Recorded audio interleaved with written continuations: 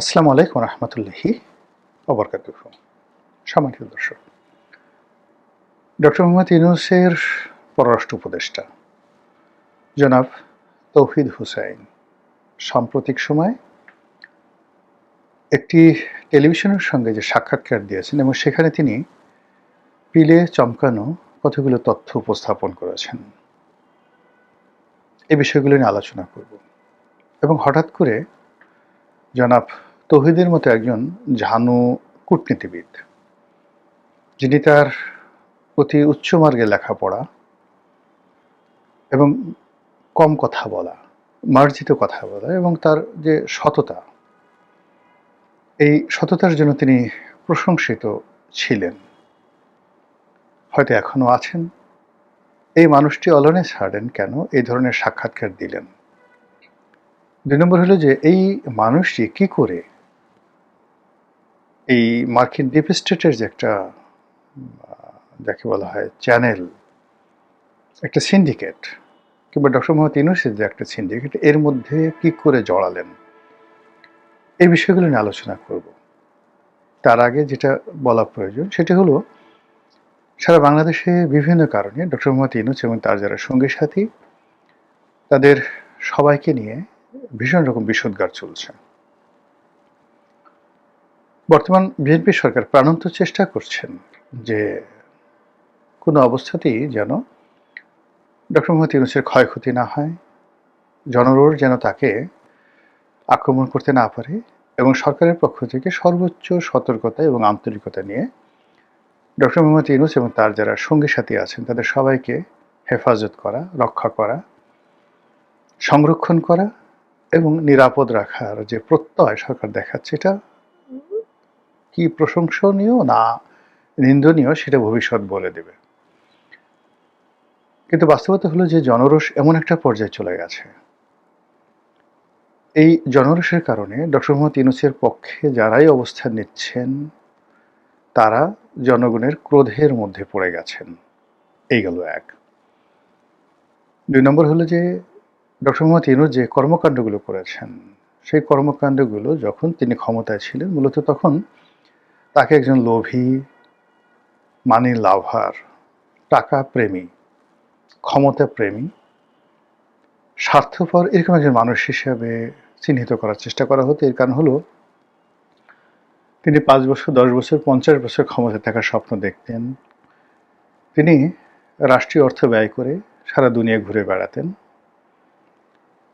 তিনি এদেশের মিডিয়া থেকে শুরু করে এদেশের যারা জ্ঞানী, গরিব, বুদ্ধিজীবী তাদেরকে তুচ্ছ তাচ্ছিল্য করতেন, এবং বিদেশি, যে কোনো বিদেশি, সেটি যত নিম্নমানের হোক না কেন, গায়ের রং সাদা হলে তিনি পাগল হয়ে যেতেন।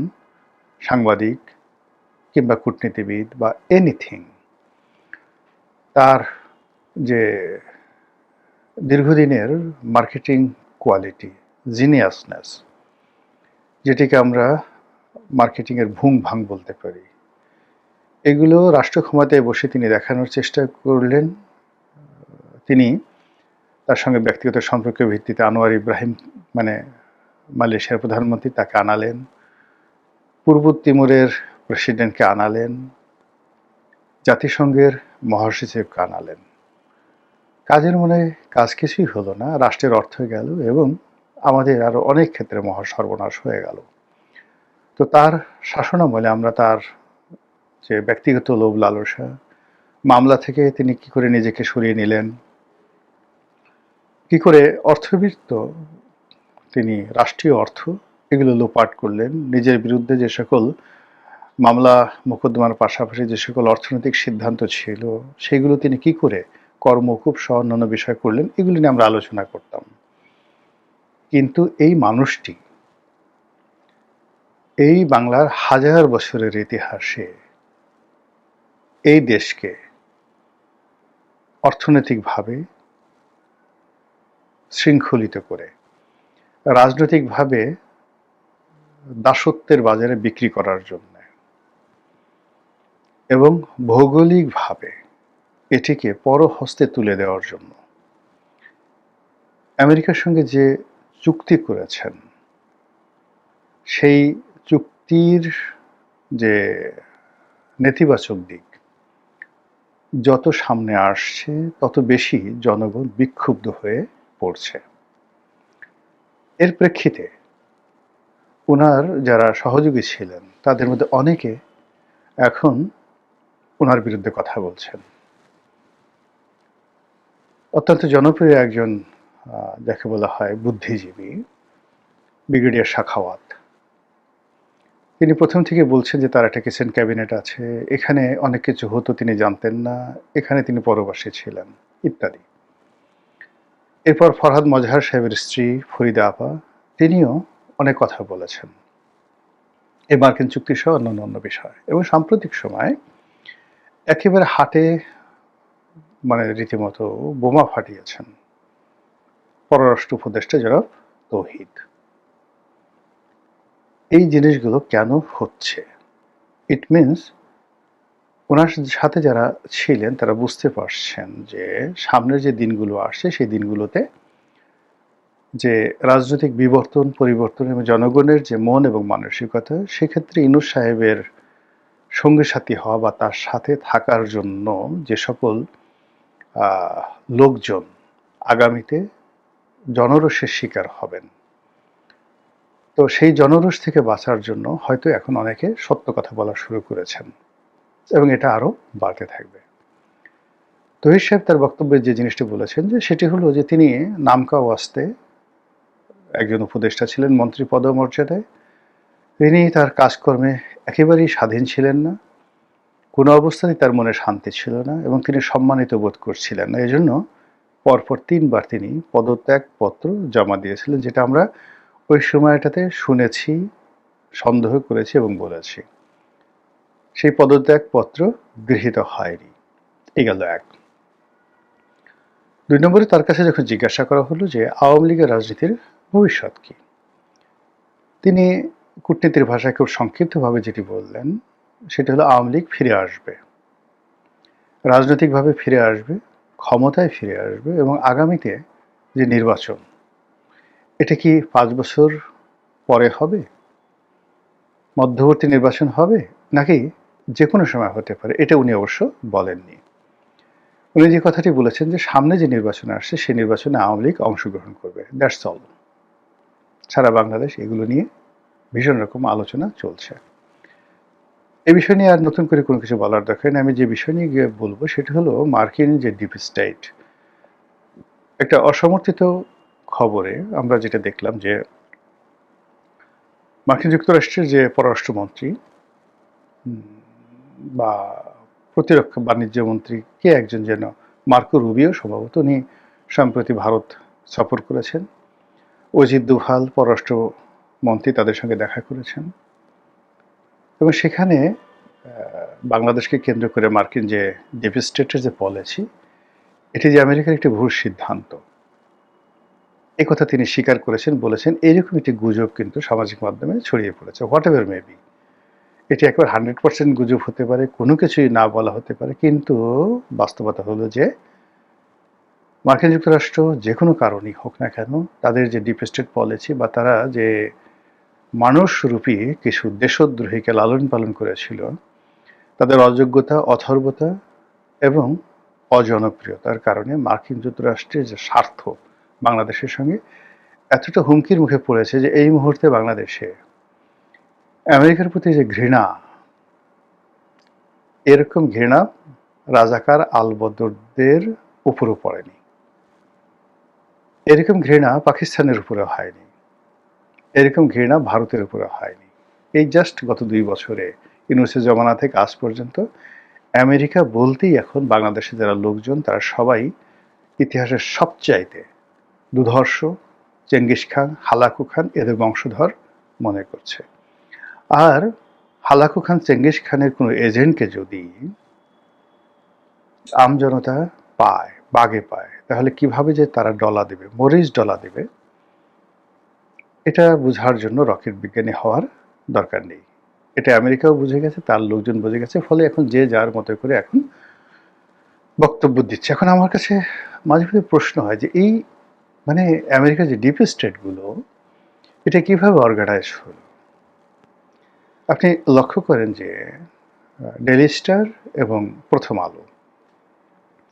আমার কাছে যেটা মনে হচ্ছে যে এই দুটো পত্রিকা এবং এই দুটো পত্রিকার মালিক পক্ষ এবং সম্পাদক, তারা এই বাংলাদেশে অনেক কিছুরই নাটের গুরু।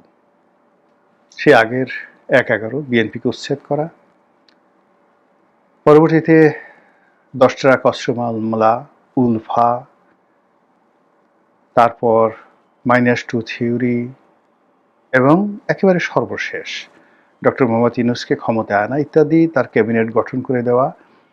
এই জিনিসগুলো মানে এখনো পর্যন্ত তারা যেভাবে চলছে, সরকার, তারেক রহমান সাহেবের সরকার যেভাবে চলছে, সেখানে এই সিন্ডিকেটের মধ্যেই আছে। আচ্ছা, খোলামেলা করে আপনি বলেন তো, আসিফ নজরুল সাহেব ধরেন ঢাকা বিশ্ববিদ্যালয়ের পরিচিত মুখ, তার কথা বাদ দিলাম, তার এখানে যে উপদেষ্টা হওয়া, আইনের অধ্যাপক, তিনি আইনমন্ত্রী হলেন। সংযোগ কি, প্রথম আলোতে তিনি নিয়মিত কলাম লিখতেন এবং এই গ্রুপটির সঙ্গে তার দীর্ঘদিনের সম্পর্ক এবং তার বইপত্র প্রথমা থেকে প্রকাশিত হয়। দ্বিতীয়ত হলো ফাইজুল কবির সাহেব। কোত্থেকে আসলেন? ফাইজুল করিম খান, সেখানে তিনি লিখতেন। মূলত তিনি জামাত মাইন্ডেড লোক, কিন্তু জামাত মাইন্ডেড হওয়ার সত্ত্বেও প্রথম আলো এই সিন্ডিকেটের মধ্যে। সিপিডির দেবপ্রিয় ভট্টাচার্য, বদিউল আলম মজুমদার, ইফতেখার সাহেব, যারা ট্রান্সপারেন্সি ইন্টারন্যাশনাল, এরা সবাই এই প্রথম আলো গ্রুপের সাথে জড়িত। প্রথম আলো গ্রুপের আরেকটি সিস্টার কনসার্ন ডেইলি স্টার। তো এই ডেইলি স্টার থেকে যারা সাংবাদিক থেকে শুরু করে অন্যান্য যারা আছেন, তাদের একটা বিরাট অংশ ইউনূস সরকারের মধ্যে একীভূত হয়ে গেল। আর বাংলাদেশে ডেইলি স্টারের যে মানে মাহফুজ আনাম সাহেবের স্ত্রী, তিনি যে এনজিওটা পরিচালনা করেন, সেই এনজিওটা হলো এরকম একটা এনজিও যে সারা পৃথিবী থেকে যত এনজিওগুলো বাংলাদেশের সরকারি বেসরকারি খাতে, এনজিও খাতে এই টাকা দেয়, ওটার প্রাথমিক অ্যাপ্রুভালটা হয়ে আসে সেই শাহিন আনাম, ওনার এনজিওর মাধ্যমে। তারপর প্রথম আলোর আর একজন মানে প্রভাবশালী সাংবাদিক আনিসুল হক, যিনি শেখ হাসিনার সঙ্গে যার খুব ভালো সম্পর্ক ছিল, আবার তার স্ত্রী মার্কিন দূতাবাসের খুব প্রভাবশালী কর্মকর্তা। তো এই সময়টাতে আপনি কি দেখেন যে যারা যারা ডক্টর মোহাম্মদ ইউনূসের ক্যাবিনেটে ছিলেন, এবং ইনক্লুডিং ডক্টর ইউনূস, গত 10-15-20 বছর ধরে এদেরকে প্রথম আলো, ডেইলি স্টার এরা প্রমোট করছে এবং এরা বাংলাদেশের নায়ক মহানায়ক, এদের বাইরে কোনো পাণ্ডিত্য নেই এবং তারাই রাষ্ট্র ক্ষমতায় বসলো। আবার গিয়ে দেখুন রাজনৈতিক অঙ্গনে, এখানে যারা যারা আসছে, এই বিএনপি সরকারের মধ্যে যারা যারা আছে, আপনি যদি জুনায়েদ শেখের কথা চিন্তা করেন, নুরুর কথা চিন্তা করেন, তারপর ডাক্তার জাহেদের কথা চিন্তা করেন, অথবা ববি হাজ্জাজ, এরা সবাই কিন্তু প্রথম আলোর স্নেহভাজন প্রিয় ব্যক্তিত্ব, ইনক্লুডিং রুমিন ফারহানা। কিন্তু রুমিন ফারহানাকে এখানে রাখা হয়নি, অন্য জায়গাতে।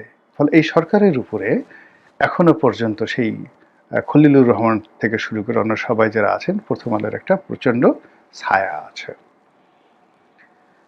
এখন এই যে প্রথম আলো, ডেইলি স্টার গ্রুপ, তাদের সঙ্গে আমেরিকার কি সম্পর্ক, ডিপ স্টেটের কি সম্পর্ক, এটা আগামী দিনে বোঝা যাবে। কিন্তু মূল ব্যাপার হলো এই মুহূর্তে বাংলাদেশে কিন্তু আবার সেই প্রথম আলো, ডেইলি স্টার বিরোধী যে প্রচারণা, এটা তুঙ্গে। ডক্টর মোহাম্মদ ইউনূস বিরোধী জনরোষ বাড়ছে। প্রথম আলো, মতিউর রহমান এবং মাহফুজ আনাম এবং তাদের যারা সঙ্গপাঙ্গ, তাদের বিরুদ্ধে জনরোষ বাড়ছে। এবং যখন জেনারেল ওয়াকারুজ্জামান বৈঠক ডাকলেন ক্যান্টনমেন্টে, সেই ক্যান্টনমেন্টের বৈঠকে যে সমস্ত লোক গেলেন, তারাই ঘুরে ফিরে বিরোধী দল, তারাই ঘুরে ফিরে সরকারি দল, তারাই ঘুরে ফিরে ইউনূসের দল, তারাই এনসিপি, তারাই সমন্বয়ক, তারাই বিএনপি, তারাই সবকিছু। এবং একই মানে অনেকগুলো রসুন থাকে, সেই রসুনের গুলো কোয়া থাকে একটা, এরকম একটা পরিবেশ পরিস্থিতি আমরা গত ২ বছর ধরে দেখছি। কিন্তু চক্রান্ত যতই শক্তিশালী হোক বা পিছনে আমেরিকার যতই অর্থ থাকুক, বিত্ত থাকুক, কিন্তু 18 কোটি মানুষকে মুগ্ধ করার, তাদেরকে নেতৃত্ব দেওয়ার যে একটা বিশেষ ম্যাগনেটিক পাওয়ার থাকে বা লাগে, এই ম্যাগনেটিক পাওয়ার যাদের আছে তারা কখনো দালালি করে না, তারা কখনো সেবাদাস হয় না, তাদের কখনো কারো কৃতদাস হতে হয় না। আবার অন্যদিকে যত বৃহৎ শক্তি আপনি হন, সেটা চেঙ্গিস খান, হালাকু খান, কিংবা ধরুন তৈমুর লং, নাদের শাহ, এরা সবাই সারা পৃথিবীর তছনছ করা মানুষ। আপনি এদের দক্ষিণ হস্ত হন, এদের দালাল হন, এদের কৃতদাস হন, কিন্তু আপনার যত কিছু হোক না কেন আপনি কোনো অবস্থাতেই 18 কোটি মানুষের নেতা হতে পারবেন না, তাদেরকে পরিচালনা করতে পারবেন না, বা তাদের প্রিয়জন হতে পারবেন না। তাদের প্রিয়জন হওয়ার জন্য you might be a slave, just like Qutbuddin Aibak, Iltutmish, Ghiyasuddin Balban. ওনারা সবাই দাস ছিলেন, কিন্তু তাদের একটা গ্রেট মাইন্ড ছিল, অসাধারণ একটা মন ছিল, সততা ছিল, অসাধারণ পাণ্ডিত্য ছিল এবং সততা ছিল, ধর্মপরায়ণতা ছিল। ফলে তারা দিল্লির সিংহাসনে বসে যে ইতিহাস তৈরি করে গেছেন, সেই ইতিহাস পৃথিবী আর কেউ তৈরি করতে পারেনি। তো কাজেই কৃতদাস হয়ে অনেক সময় সম্রাট হওয়া যায়, আর অনেক সময় সম্রাট হয়েও কৃতদাস হয়ে যায়। তো সেই অবস্থায় বাংলাদেশে যারা মীর জাফর, বাংলাদেশে যারা রাজবল্লভ, রায়দুর্লভ, কিংবা ধরুন ঘসেটি বেগম, যারাই এই আমেরিকার টাকা খেয়েছেন, আমেরিকার পক্ষে দেশ বিক্রি করার চেষ্টা করেছেন, সারা বাংলাদেশ তাদের বিরুদ্ধে ফুঁসে উঠেছে। প্রকৃতি কাঁপছে, মাটি কাঁপছে, বাতাস শো শো করে আওয়াজ করছে, বনের পাখিরা তাদের নাম বলে দিচ্ছে, এরা আমেরিকার দালাল। আর তার প্রেক্ষিতে বহু মানুষের মধ্যে যে ভয় এবং আতঙ্ক তৈরি হয়েছে, বহু মানুষের মধ্যে সত্য কথা বলার প্রবণতা তৈরি হয়েছে, এবং বহু মানুষ নিজেদেরকে ওই চক্র থেকে বের করার জন্য রীতিমতো পাগল পারা হয়ে পড়েছেন, এবং তারই প্রেক্ষিতে হয়তো জনাব তৌহিদ এই কথা বলে থাকতে পারেন। আসসালামু আলাইকুম রহমতুল্লাহি ওয়া বারাকাতুহু।